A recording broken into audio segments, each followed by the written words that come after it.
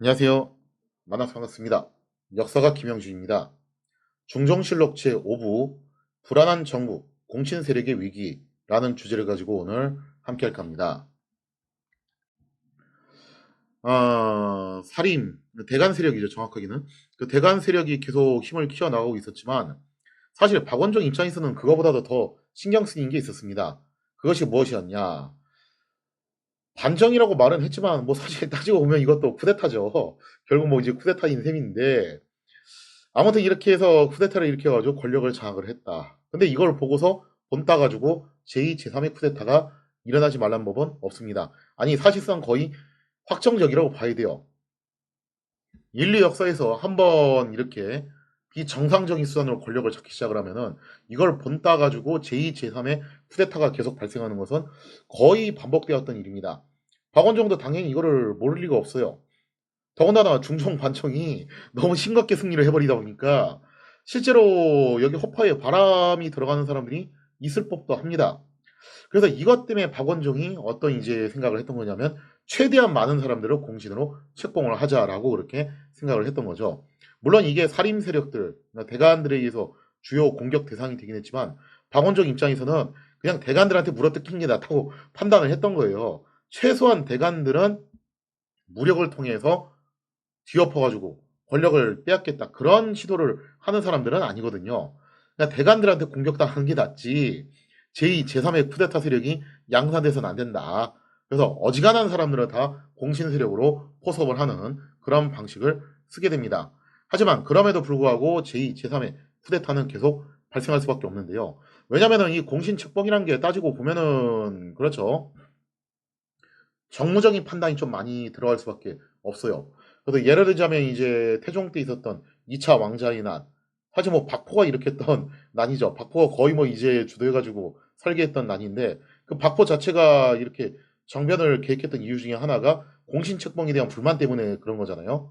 그래서 이렇게 놓고 봤을 때 공신책봉이라는 것은 정무적인 판단이 좀 많이 들어가서 게임하고 다릅니다. 내가 진짜 1등 공을 세웠다 하더라도 나한테 금메달을 주는 게 아니에요.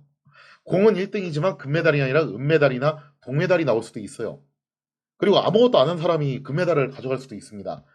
이게 올림픽하고는 좀 다르기 때문에 그런 좀 이제 불합리한 부분들이 있을 수도 있다는 거예요. 이거는 다 이제 정무적인 판단에서 그렇게 나오게 되는 건데 그러다 보니까 결국 아무래도 이러한 부분에 있어서 불만을 갖는 사람들이 생길 수밖에 없습니다.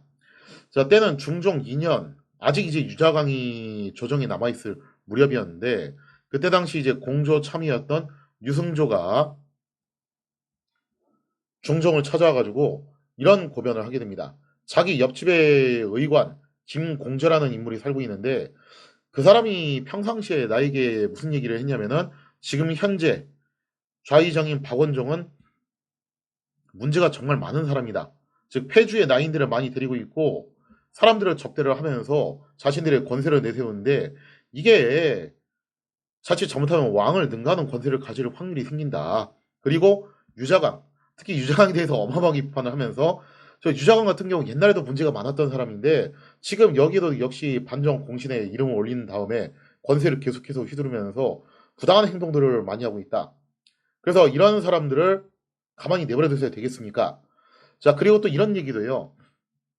그때 반정에 참여했던 사람들 중에서 공신이 못된 사람들도 있는데 좀 조무래기 급들이죠. 따지고 보면은. 그런 조무래기 급들 중에서는 이제 공신 반열에 못 올라간 사람들도 있는데 이 사람들이 굉장히 이것에 대해서 불만을 갖고 있다. 이들이 나중에 변고를 일으키면 도대체 어떻게 하겠습니까? 라는 그런 얘기를 했다는 거예요. 이런 얘기를 했다는 것은 유승조의 심정을 떠보고 여기서 이제 어느 정도 통하는 게 있으면은 포섭을 하려는 그런 의도가 있었다라고 볼 수가 있겠죠. 자, 그래서 이제 유승조한테 이런 식으로 이제 당시 의관이었던 김공저가 이런 떠보는 말을 했었고 유승조가 처음에는 여기에 좀 어느 정도 동의하는 말을 했을지도 몰라요. 하지만 유승조가 이거 좀 아니다 싶어가지고 결국에는 돌아서서 중종에게 이것을 고변을 하게 되는데 왜 이걸 갖다 이제 유승조가 고변을 하게 되었냐? 당연히 성공할 것 같지가 않으니까 고변을 했겠죠. 실제로 그때 당시에 이제 꽤 많은 사람들이 유자광이 다시 득세를 하는 거에 대해서 불만을 갖고 있었어요. 이게 꼭 살림 세력들뿐만 아니라 훈구 공신들 중에서도 '아니 저 인간은 왜 이렇게 명칠이 길어?' 좀 이렇게 이제 불만을 갖고 있었던 '이거 완전 불사조 아니냐.' 그런 불만을 갖고 있던 사람들이 있기는 있었어요. 게다가 또 이제 박원종이 뭔가 대의 명분을 내세워 가지고 연산을 폐위시키고 단정을 일으켰잖아요. 그죠?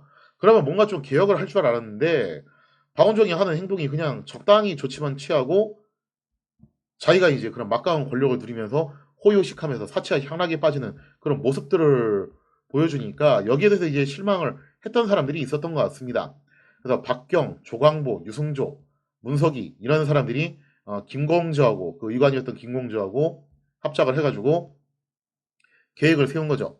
박원종과 유자강을 제거를 하고 그리고 정미수를 정승에 앉히자.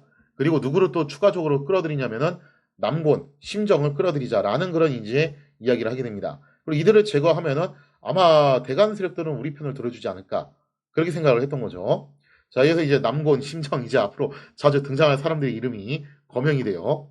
자, 그렇게 해서 이제 정미수를 만나가지고 한번 좀 살짝 떠보게 되는데 정미수가 여기에 대해서 대단히 부정적인 반응을 보이는 거예요. 그래서 정미수가 펄쩍 뛰면서 지금 사실상 조정을 유지하고 있는 그 기둥이 박원종인데 그 박원종을 제거를 하면은 나라가 혼란에 빠지지 않겠냐. 박원종을 대신할 만한 사람이 과연 있겠냐 지금 현재 시점에서 하면서 정미수가 대단히 부정적인 견해를 보이고 포섭을 하려고 했던 남건과 심정도 별로 여기서 관심을 보이지 않는 거예요. 그러니까 가만히 보니까 이게 핵심적으로 끌어들이는 사람들이 다들 이제 껄쩍지근한 행동들을 한 거죠. 결국 이렇게 놓고 보면 이제 떨거지들끼리만 모여가지고 정변을 일으켜야 되는 상황이 되는 건데 이게 과연 성공을 하겠냐. 그래서 유승조가 이제 그렇게 판단을 내렸던 것 같습니다. 그래서 이럴 때 중요한 건 뭐냐면은 바로 스피드가 생명입니다. 유승조가 재빨리 이제 배신을 해가지고 도망친 거죠. 도망쳐가지고 이제 중종한테 보고를 올리게 돼요. 자, 그러자 난리가 났어요. 조정에서 즉각 관련자들을 싹 다 체포를 해가지고 국문에 처하게끔 했는데 자, 요렇게 이제 명령이 떨어지자 남궁과 심정도 부랴부랴 복귀를 합니다. 들어와가지고 이제 고변을 해요. 당시 남궁 같은 경우는 상중이었어요. 근데 그럼에도 불구하고 지금 상황이 이제 조금이라도 느리면은 잘못하면 목숨이 왔다 갔다 할 수 있는 상황이니까 재빨리 돌아가지고 보고를 해요. 그래서 남곤, 심정, 문석이 이런 사람들도 바로 다 이탈을 하게 됐다는 거예요. 그래서 이 사람들이 이제 뭐 의뢰하는 핑계가 그겁니다. 아직은 명확하게 실체가 파악된 게 아니라 가지고 좀 더 상황을 파악한 다음에 보고를 올리려고 했습니다. 저희가 절대 여기에 동조한 게 아닙니다. 이제 그런 식으로 이제 둘러대죠. 보통은 이제 이런 식으로 많이 둘러대요. 자, 그리고 또 조사 과정에서 거론됐던 이름이 누구였냐면은 조광조 이름이 또 여기서 튀어나와요.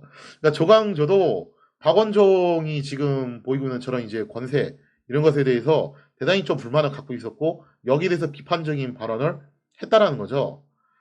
다만 조광조가 여기에 대해서 비판적인 발언을 했고 그래서 이제 정변을 계획했던 사람들하고 약간의 교류는 있긴 있었지만 직접적으로 가담한 건 아닌 걸로 보고 있습니다.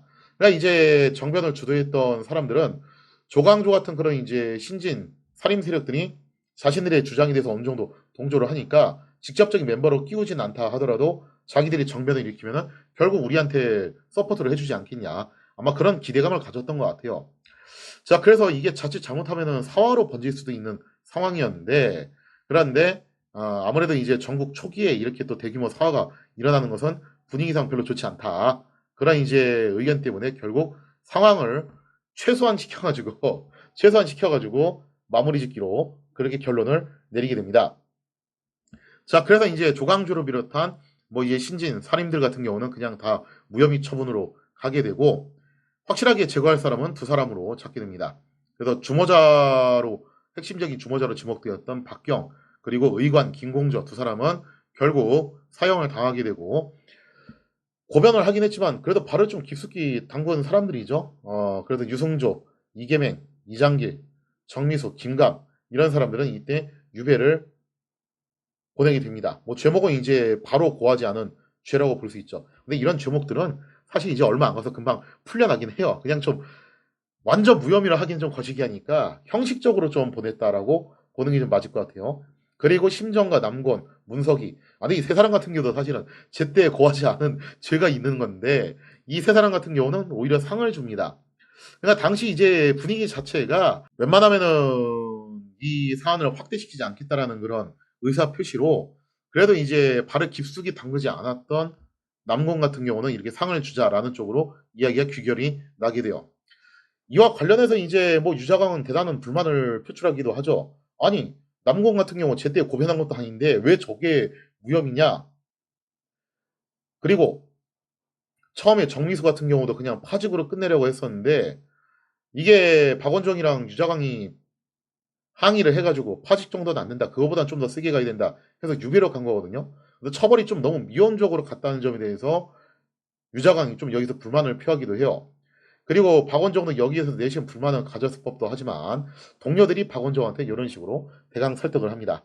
"아 쟤들이 타겟으로 잡은 건 사실 당신이 아니라 누구다. 유자광이다. 듣자하니 유자광 욕을 제일 많이 했는데 유자광을 타겟으로 잡은 게 아니었겠냐."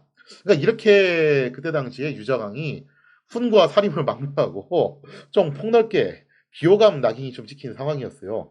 그리고 아니나 다를까 결국 유자광은 얼마 후에 제가 전 시간에 설명드린 사건을 계기로 유배를 가게 되죠. 그리고 그와 동시에 정미서, 유승조 등은 풀려나서 돌아오게 됩니다. 그 유자광 입장에서는 정말 이제 처량한 신세가 돼 버리는데 여기서 이제 박원종도 그 감을 잡았던 것 같아요. 지금 유자광이 이 정도로 비호감인데 내가 유자광을 그렇게 결사적으로 지켜줘야 될 이유가 있겠냐. 그래서 무리하게 유자광을 지켜줄 필요 없이 만약에 또다시 유자광이 이런 식으로 공격을 받는 상황이 생기면은 차라리 손절을 치는 게 우리 모두가 사는 길이 아니겠냐. 그런 생각을 좀 했던 것 같습니다. 아무튼 김공재의 옥사는 요렇게 이제 일단락이 되는데 문제는 이 옥사가 있고 난 다음에 몇 달 후에 또다시 역모 사건이 발생을 하게 됩니다. 근데 이거는 단순히 박원종이나 유자광 같은 대신들을 노린 게 아니라 아예 중종 자체를 노린 역모 사건이었다고 볼 수 있는데요. 과연 이 역모 사건은 어떻게 결말이 나게 되었는가? 그 이야기는 다음 시간에 이어서 계속하도록 하겠습니다.